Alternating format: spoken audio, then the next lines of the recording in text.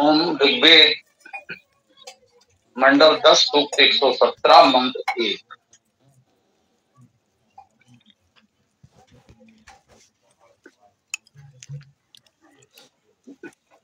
ओम नवाउ देवा क्षुदिमिद्मधम तदुः उत्तम गच्छन्ति मृतवः उतो रयिः प्रणतो न उपदस्यत्युता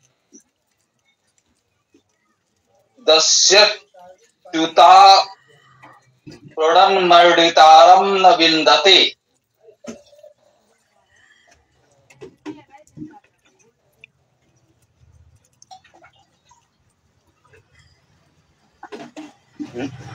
ये दान स्तुति सूक्त के रूप में कहा गया है।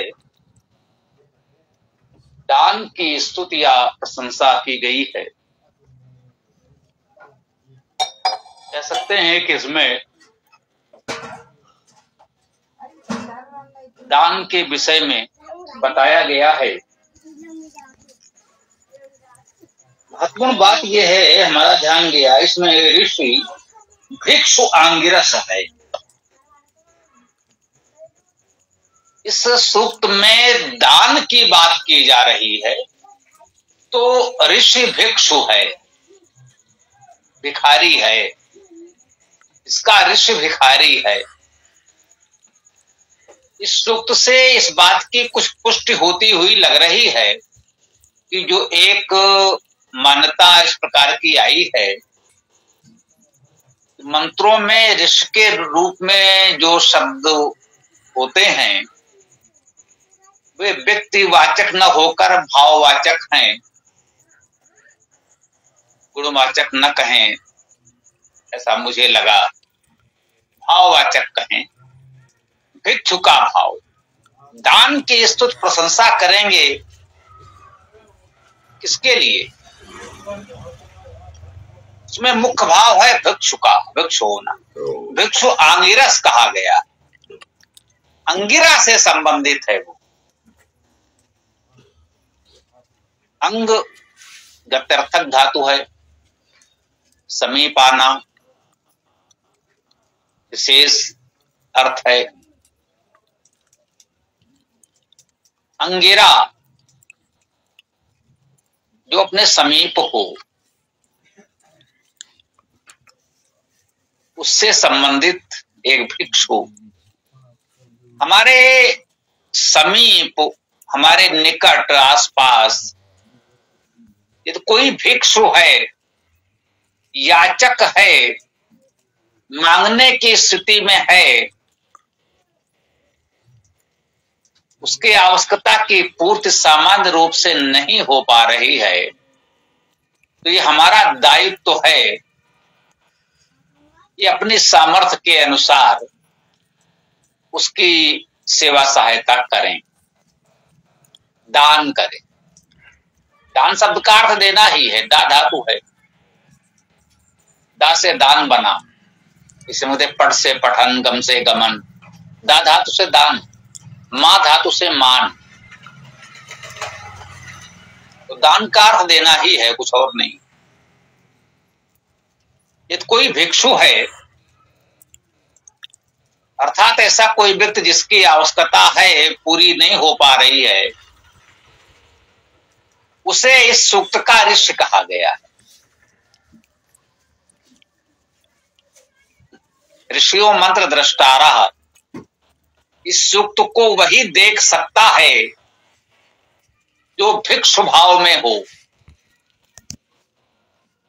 यदि भिक्षु भाव को हम अनुभव नहीं कर पा रहे हैं, कोई भिक्षु है, उस पर क्या बीत रही है, उसे क्या अनुभव हो रहा है, यदि इसकी अनुभूति हम नहीं कर पा रहे हैं तो हो सकता है यह सूक्त हमारी समझ में ना आए, यह सूक्त हमें हास्यास्पद लगे। कुछ लोग हो सकते हैं जो अति साधन संपन्न हैं, इस परिस्थिति को अनुभव नहीं कर सकते, वे इस सूक्त का सही भाव नहीं समझ सकते। इसलिए इसमें कहा गया है इसका ऋषि है भिक्षु आंगिरस। जहां मुझे स्पष्ट प्रतीत हो रहा है कि स्वाभाविक है, भिक्षु आंगिरस किसी व्यक्ति का नाम तो नहीं प्रतीत होता, ठीक है ना। कुछ लोग लौकिक अर्थ में इसका इस प्रकार से भावार्थ करेंगे, भिक्षु आंगिरस का अर्थ हुआ अंगिरा का पुत्र भिक्षु। लौकिक प्रणाली से इसका इस प्रकार का अर्थ हो सकता है, भिक्षु आंगिरस, भिक्षु नाम का व्यक्ति जो अंगिरा का पुत्र है या उसका वंशज है। इसे हम कहते हैं रघु से राघव, यदु से यादव आदि बनते हैं। वैसे अंगिरा से आंगिरस बनेगा, व्याकरण से बनेगा, ये बिल्कुल ठीक है, मैं पुष्ट कर रहा हूं। अंगिरा से अंगिरस, वास्तव में शब्द अंगिरस है, विसर्ग होकर अंगिरा भी हो जाता है। तो उस अंगिरा का या अंगिरस का पुत्र आंगिरस जो भिक्षु है,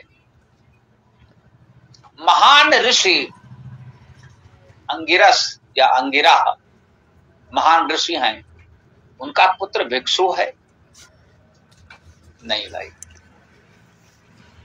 अंगिरस होना भी एक भाव है जो उससे संबंधित है। ये जो प्रत्यय यदु से यादव, रघु से राघव, अंगिरा से आंगिरस हमने कहा, तो ये सीधे पुत्र के अर्थ में नहीं, संबंधित के अर्थ में अवश्य होता। भरत से भारत जब बनता है तो भरत का साम्राज्य भारत कहलाता। कह सकते हैं कि एक विशाल साम्राज्य जिसे हम भारत के नाम से इतिहास में और वर्तमान में भी जानते हैं, ये विशाल साम्राज्य राजा भरत ने तैयार किया, बनाया। दिग्विजयी चक्रवर्ती सम्राट भरत, इन्होंने इतना बड़ा साम्राज्य बनाया। उस भरत के नाम पर उस राज्य को, साम्राज्य को भारत कहा गया। हाँ, भरत के पुत्र को भी भारत कहा जाएगा, भरत के अन्य वंशजों को भी भारत कहा जाएगा। उसी वंश में युधिष्ठिर आदि हुए, उन सबको भारत भी कहा गया। ये सब कुरुवंशी हैं, तो कुरु से कौरव भी कहा गया। कुरु के पुत्र नहीं है उस वंश में, भरत के पुत्र नहीं है उस वंश में, कहीं ना कहीं उससे संबंधित है। आवश्यक नहीं कि उनके वंश से ही हो, शिष्य परंपरा, उस क्षेत्र के निवासी सब भारत कहलाते हैं, हम सब भारत हैं। तो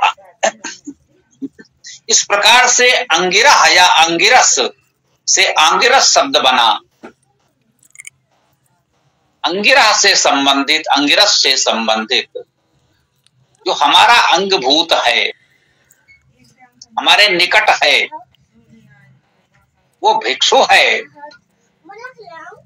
कहीं ना कहीं हमें संकेत कर रहा है कि उसके प्रति हमारा भी कुछ कर्तव्य है। देवता धन अन्य दान प्रशंसा या दान स्तुत प्रशंसा इस सूक्त का इस देवता है।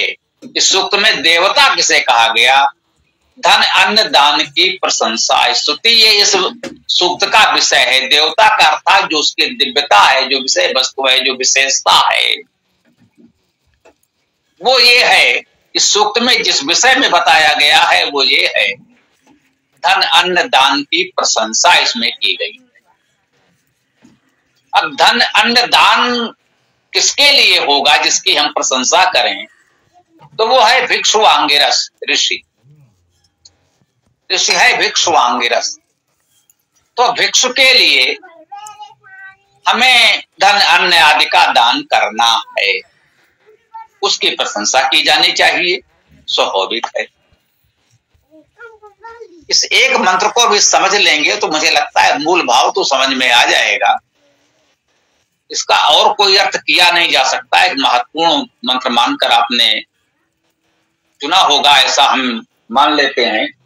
कहते हैं नवा उ देवा, ना नहीं वा अथवा उ, ये भी निपात है निश्चय ही या ही के अर्थ में। नवा उ देवा उधम,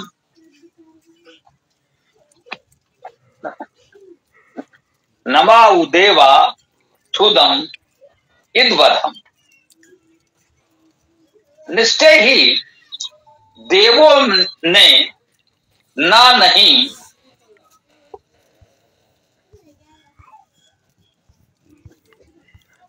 क्षुधम का अर्थ भूख, क्षुधा शब्द प्रचलित है, अभी भी बहुत से लोग जानते ही होंगे। क्षुधम अर्थात भूख को, न एक नहीं, ना का अर्थ ना नकार है ही, नहीं हम लोग कह देते हैं।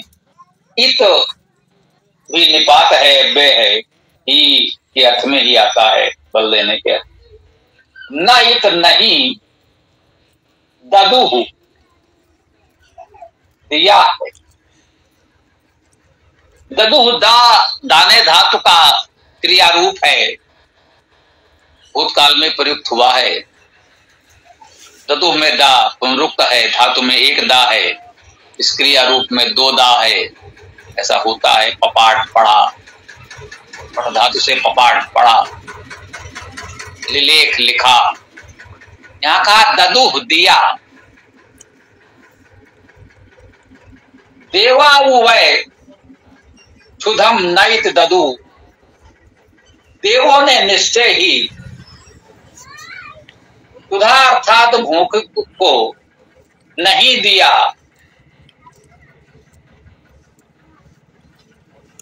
वधम, वधम अर्थात वध को, वध करना, मार देना।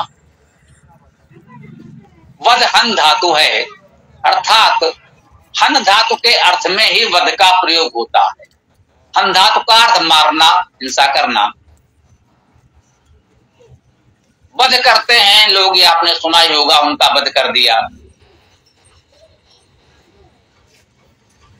देवों ने दुष्टों का वध कर दिया, या पशुओं का वध करना सुना है। वध शब्द का अर्थ वध करना, मार देना, ये हन धातु के अर्थ में आता है।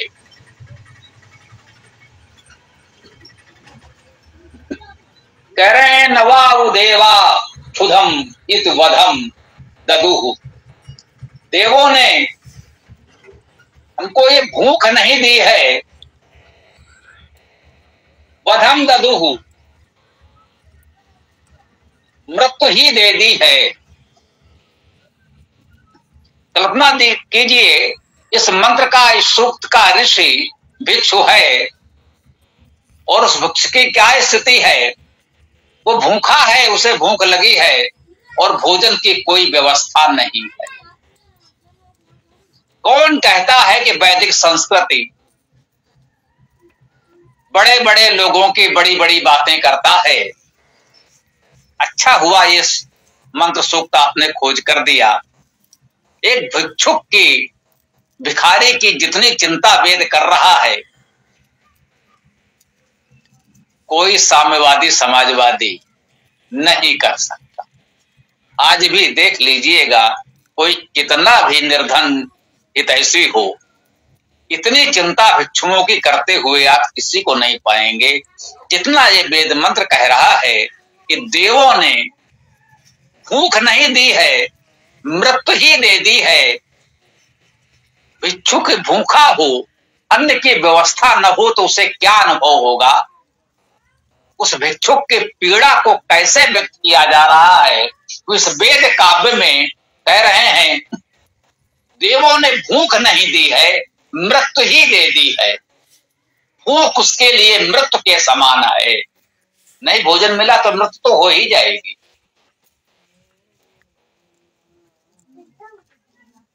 उत असितम,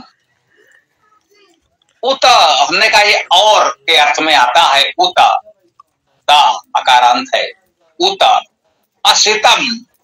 असितम अस धातु का अर्थ हमने कहा था व्यापक होना, वेग से चलना, शीघ्र पहुंचना और भोजन करना भी है। इसी अस से असन बना भोजन और अनसन बना भोजन न कर। असितम अपि, असितम अर्थात खाया हुआ, जिसने भोजन कर लिया है, अपि भी। असितम अपि, देवों ने भूख तो दी है, वो मृत ही है, भूख नहीं दी है, मृत्यु ही दे दी है। फिर आगे कहते हैं ऐसा नहीं है कि मैं ही भूखा हूं, मैं भूखा हूं तो मेरी मृत्यु होगी। हाँ, वो तो होगी ही, भोजन नहीं मिला तो भोजन के बिना हम कब तक जीवित रहेंगे, मृत्यु तो मेरी होगी, लेकिन बचोगे आप। कह रहे हैं उत असितम, जो खाए हुए पेट भरे लोग हैं, मरना तो उनको भी पड़ेगा।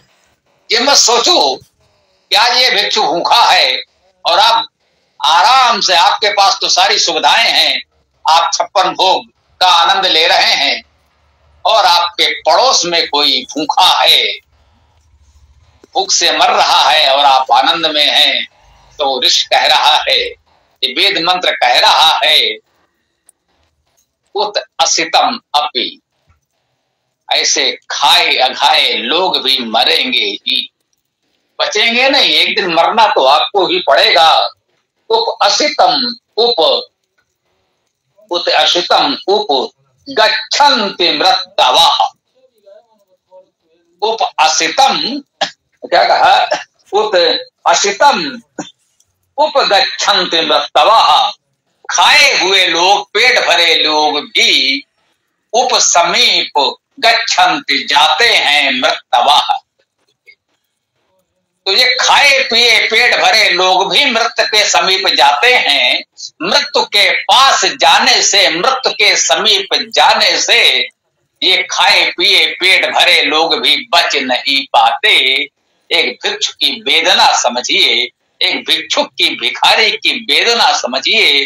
वो कह रहा है कि देवों ने हमें भूख नहीं दी है, साक्षात मृत्यु दे दी है। उसकी पीड़ा यहां पहुंच रही है। कहता है मैं भूखा हूं, आप नहीं दे रहे, आप 56 भोग का आनंद ले रहे हैं, लेकिन ये खाते पीते लोग, पेट भरे लोग भी उपगच्छन्त मृतवः, ये भी मृत्यु के निकट जाते ही हैं। ऐसा नहीं है कि आपके पास भरपूर भोजन है, भंडार भरा है, तो आप सदा जीवित रहोगे, ऐसा नहीं होगा। उतो रयि प्रणतो, उतः उससे,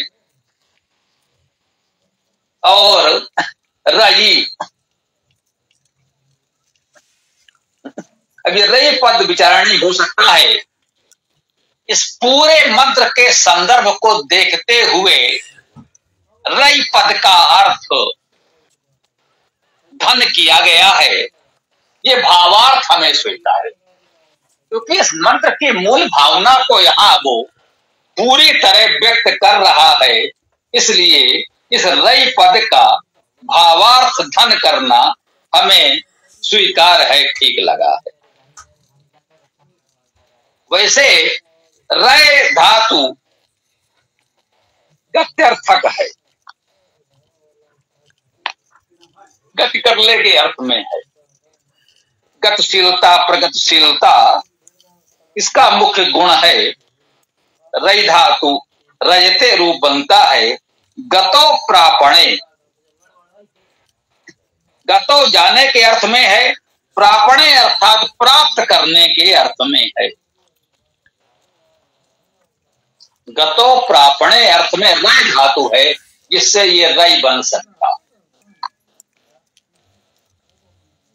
गतिशीलता और प्राप्ति, प्राप्त करना। तो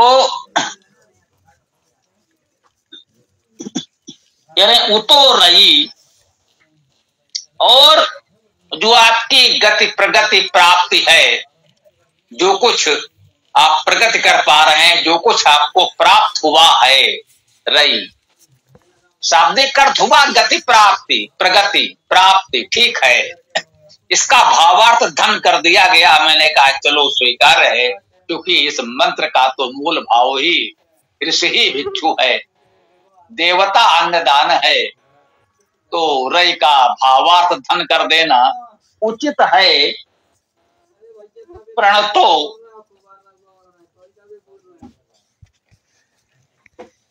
प्रण धातु तो पूर्ण करने के अर्थ में, प्राप्त करने के अर्थ में ही होगी। प्रणतों का अर्थ आप कर सकते हैं पूर्ण करते हुए।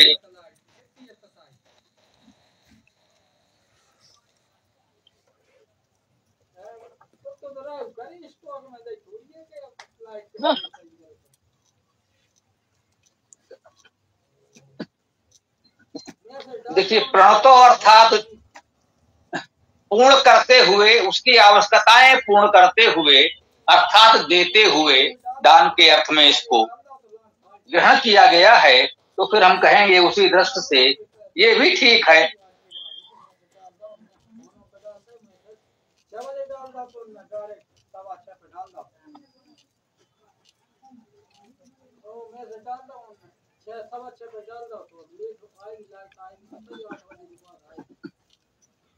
प्रण धातु एक है पहाड़ी 641 में, प्रणति प्रीणने, आनंद करना, संतोष करना, संतोष पाना। एक प्रण धातु है परिणत के अर्थ में, पल्लवे अपनयने, पल्लवित होना, ले जाना, जिससे पर्ण बना था, ये परिणति है, तो पर्ण शब्द बना था अभी, देखा हम लोगों ने। तो ये प्रण प्रीणने धातु आनंद करना, संतोष करना, इस अर्थ में है। प्रणता अर्थात संतोष प्राप्त करते हुए, इसमें लिखा है संतोष पाना, आनंद करना, संतोष पाना। तो उतो रई प्रणतो, और रई अर्थात गति प्रगति प्राप्ति को, प्रणतो संतोष करते हुए, आनंद करते हुए, अपनी गति प्रगति से, प्राप्ति से संतोष करते हुए, जो भी हमें प्राप्त है पर्याप्त है, ऐसा कहा जा रहा है। प्राप्त है, पर्याप्त है। ये भी कहें उस भिक्षु से तो नहीं कह सकते कि आपको जो प्राप्त है पर्याप्त है। सामान्यतः यदि ईश्वर की कृपा से हमारी व्यवस्था ठीक चल रही है तो बहुत लोभ न करें। माँ गृदा कस्मिन् धनम, किसी के धन का लोभ न करें, जो प्राप्त है पर्याप्त है। लेकिन जिसकी न्यूनतम आवश्यकता भी पूर्ण नहीं हो रही, उससे न कहें जो प्राप्त है पर्याप्त है, उससे न कहें माँ गृदा कस्मिन् धनम, उसको न बताएं कि दूसरे के धन पे लोभ मत करो। जो भूखा है उसको लोभ न करने का उपदेश ठीक नहीं है, उसको तो कुछ दान ही करना पड़ेगा। नो न उप, नहीं उप समीप, और यह है दस्यति। दस्यति अर्थात देता है। दस धातु का अर्थ देना होता। दस्यु का अर्थ या तो देने वाला होगा या जिसे दिया जाए वो होगा। दस्य अर्थात देने योग्य। तो संयोग से यह संदर्भ आ गया तो बताया। दस्यु का अर्थ है आप केवल डाकू लुटेरा न समझें। दस धातु का अर्थ दान करने से है, देने से है, और जहां पर आया भी है दस्यति, दस्यति अर्थात देता है, न उपदस्यति, जो समीप देता नहीं है।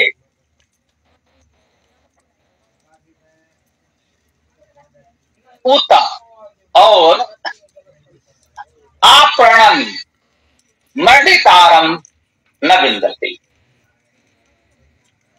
उतो रई प्रणतो न उपदस्यति, और जिसके पास रई प्रगति है, जिसने पर्याप्त प्रगति की है, जैसा ही कहा इसमें भावार्थ रई का धन किया गया है। प्रणतो अर्थात संतोष आनंद के योग्य रही है, जिसकी प्रगति संतोषजनक है, जिसने संतोषजनक प्रगति कर ली है। इसका भावार्थ किया जा रहा है कि जिसके पास पर्याप्त धन है, अच्छी बात है, संतोषजनक प्रगति हुई है संसारिक दृष्टि से, तो पर्याप्त धन होगा, संतोष करने योग्य, आनंद करने योग्य धन होगा। कहते हैं यदि आपने संतोषजनक प्रगति की है और या आपके पास आनंद संतोष के उपयुक्त धन है, तो न ऊपर नहीं समीप दस्यति, यदि वो समीप के लोगों को न दस्यति नहीं देता है, तो उत और तो उसका क्या होगा। यदि आपके पास है, आपने पर्याप्त प्रगति की है, अपने परिश्रम से की है, अपने बुद्धि से की है, कोई बात नहीं, लेकिन यदि ईश्वर की कृपा से आपको इतना मिल गया है तो आपका दायित्व है कि दें, और यदि नहीं देते हैं तो कहते हैं न उपदस्यति, यदि वह समीप नहीं देता है तो उत और अप्रणन, इसकी दूसरों को नहीं दे रहा है, न देने वाला है। मर्डितारम, मर्डितारम सुख देने वाले को, मृड सुखने धातु है, मृड धातु का अर्थ है सुख होना, सुख करना। मर्डितारम सुख करने वाले को न बिंदते, न नहीं बिंदते प्राप्त होता है। बिंद धातु का अर्थ प्राप्त करना, बिंद लाभे धातु है, लाभ का अर्थ प्राप्त होना ही है। व्याकरण में वो लाभ शब्द लोक में कुछ विशेष अर्थ में प्रचलित हो गया है, लेकिन देखिएगा धातु से बहुत अलग नहीं। लाभ धातु, लभ धातु का अर्थ पाना है, लभ धातु, लभ धातु का अर्थ प्राप्त करना है, बिंद धातु का अर्थ भी प्राप्त करना है।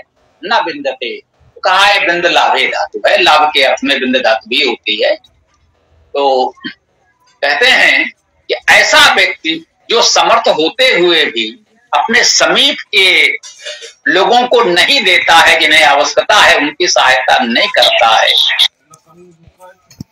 मर्डितारम न बिंदते, वे सुख को प्राप्त नहीं कर पाता, वो सुखदायक स्थितियों को प्राप्त नहीं कर पाता है, उसका जीवन भी बहुत सुखी नहीं रह सकता है। दूसरे के दुख में यदि आप दुखी नहीं हो सकते, दूसरे के दुख में आप दुख का अनुभव नहीं करते, दुखी व्यक्ति की आप सहायता नहीं करते, तो फिर आपको भी सुख नहीं मिलेगा, ये निश्चित जानिए। औरों को हंसते देखो मनु, हंसो और सुख पाओ, अपने सुख को विस्तृत कर लो, सबको सुखी बनाओ, इसी में सुख है, सबको सुखी करने में ही सुख है। अन्यथा यही पशु प्रवृत्ति है कि आप ही चरे। ये तो पशुओं की प्रवृत्ति है कि प्रत्येक बस स्वयं ही चरता है। वही मनुष्य है कि जो मनुष्य के लिए मरे। हम मनुष्य हैं तो हमारा ये दायित्व है कि भोजन करने से पहले हम देखें आसपास कोई भूखा तो नहीं। ये बात दूसरे धार्मिक पंथों में भी बहुत दृढ़ता से कही गई है।